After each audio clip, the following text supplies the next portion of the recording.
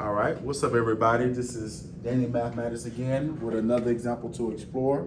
And today I want to explore example 6 of how to solve for x whenever we have rational equations. And remember guys, this is a concept that a lot of pre-calculus students and calculus students are currently studying. Okay, so if you're in pre-calculus or calculus, you're probably going to be introduced to this particular concept, okay? So it's self-explanatory guys. X is a particular value, right? And that specific value will make this whole rational equation true. So we're trying to figure that out, guys, all right? So we have 5 over x minus 2 equals 2 over x minus 5, right? In order to find out the value of x, guys, first we need to find out the LCD, which is the least common denominator, right? Meaning that these two denominators have to be the same, okay? They're not the same, so all we could do is combine them to make them be the same. So the LCD, guys, will be x minus 2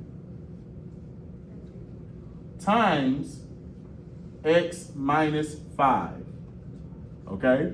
The only way we can make these two be the same is we combine them, okay? So we have parentheses x minus 2 times parentheses x minus 5. And what we're going to do is, guys, we're going to multiply both sides of the equation by the LCD. So let's go ahead and do that. So I have parentheses x minus 2 times parentheses x minus 5 times this first expression that's represented as a fraction, 5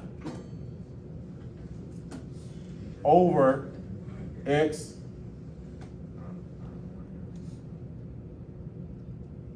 I'm doing a video, guys.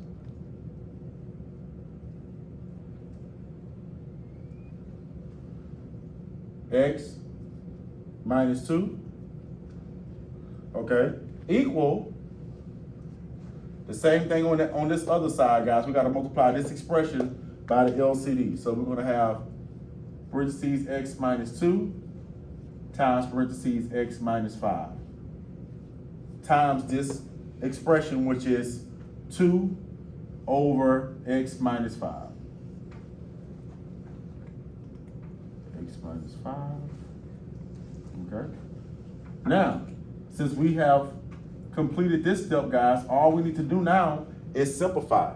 If you notice, guys, the denominator of this fraction is x minus 2, and it's being multiplied by the LCD, which part of the LCD is x minus 2. So what we need to do is, guys, we need to cancel this out. All right? Also over here, the denominator is x minus 5. Part of the LCD is x minus 5. So we're going to cancel those two parts out. Okay? So now all we're going to do, guys, is just bring down what we have. So now I have parentheses x minus 5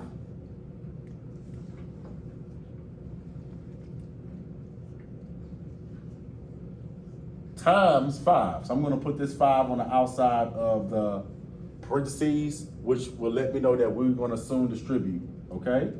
Equals 2 times parentheses, what we have left of the LCD, which is x minus 2.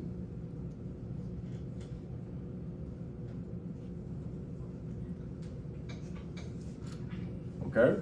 So now, so far we have 5 times parentheses x minus 5 equals 2 times parentheses x minus 2. All we need to do now, guys, is distribute. So I'm going to have 5 times x and then 5 times negative 5. 5 times x is 5x. 5 times negative 5 is negative 25. Equals, same thing on this side, guys. I have 2 times x, which is 2x.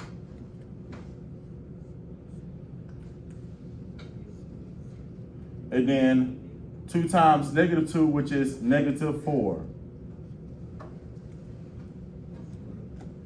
Okay? Now, what we need to do is, guys, because it's just like regular equations that you should do in the 7th to 8th grade, what we need to do, guys, we need to move all variables and coefficients on one side and all of the constants on the opposite side. So I'm going to move my variables on this side So if I'm gonna do that, I'm gonna subtract 2x on both sides to move it. Minus 2x on the 5x. And then I'm gonna move this negative 25 to this side. So in order for me to do that, I would have to do plus 25, which is the opposite of what I see.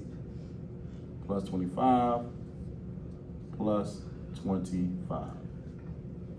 Okay? So now I have 5x minus 2x, which is 3x. Okay? Equals negative 4 plus 25 is 21x. Okay? Now, in order for us to find out the value of x, we got to divide both sides by the coefficient of 3. And 21 divided by 3 is 7. So in order to make this whole rational equation true, x has to equal 7. Okay, x has to equal 7. All right? And that's true because if x was 7, 7 minus 2 is 5. 5 divided by 5 is 1, right?